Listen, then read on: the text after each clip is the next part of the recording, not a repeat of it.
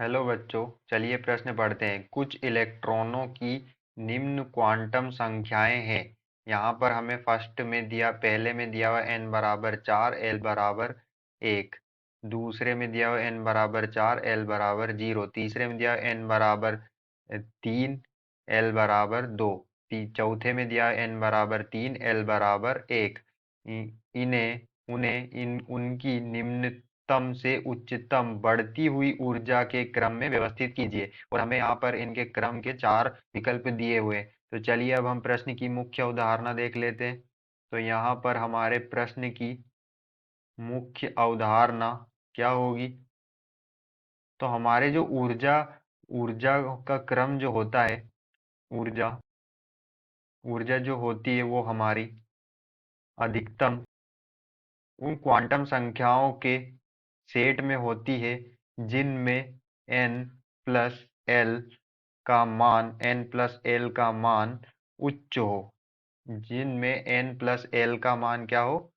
उच्च हो। जिसमें अधिक होगा n प्लस एल का मान, उसकी जो है ऊर्जा, उसमें जो ऊर्जा होगी वो क्या होगी? अधिकतम होगी। यहाँ पर n क्या है? हमारी मुख्य क्वांटम संख्या, और l क्या है? द्विघांसी क्वांटम संख्या।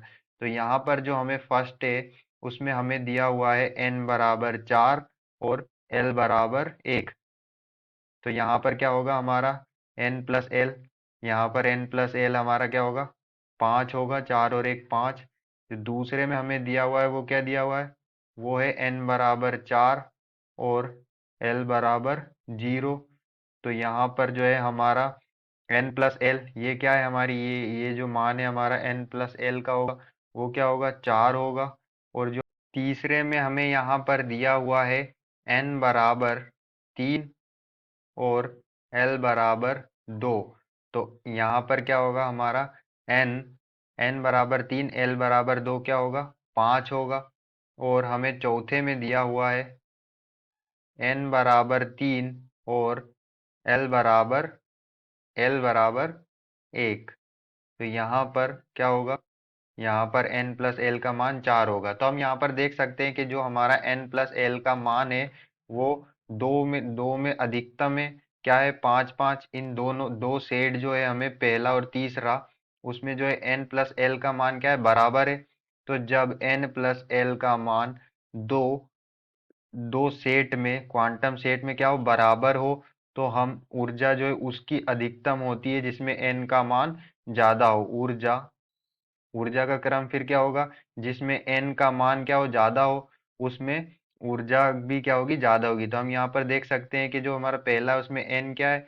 n जो है 4 है। और जो तीसरा है जिसमें n प्लस एल दोनों में 5 5 है, लेकिन जो तीसरा है उसमें n का मान क्या है? 3 है। तो यहाँ पर जो हमारा 4 n का मान है वो ज्यादा है किससे? 3 से। इसलिए जो ऊर्जा है वो अधिकतम भी किस में होगी? ऊर्जा अधिकतम जिसमें n का मान क्या हो?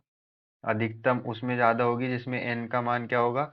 4 होगा। तो यहाँ पर हमारी अधिकतम किस में होगी? पहले जो हमारा पहला है उसमें ज्यादा है। फिर उसके बाद पहला वाला यहाँ पर सबसे ज्यादा है। फिर उसके बाद क्या है? पांचवा। उसके बाद जो तीसरा है, क्योंकि यहाँ पर दोनों में 5 5 है, तो जो है हमारा पहला सबसे ज्यादा, उसके बाद तीसरा होगा। फिर जो हमारे ये क्या है? ये हमारा ऊर्जा का बढ़ता हुआ क्रम होगा।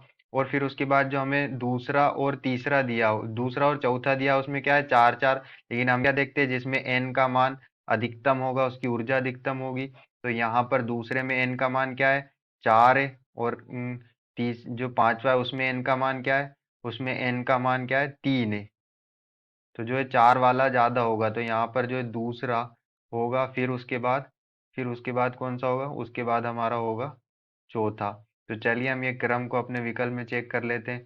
तो ये पहला, तीसरा, दूसरा और चौथा, तो जो हमारा विकल्प ए है यही हमारा क्या है? सही आंसर है। आशा करते हैं आपको समझ में आया होगा। धन्यवाद।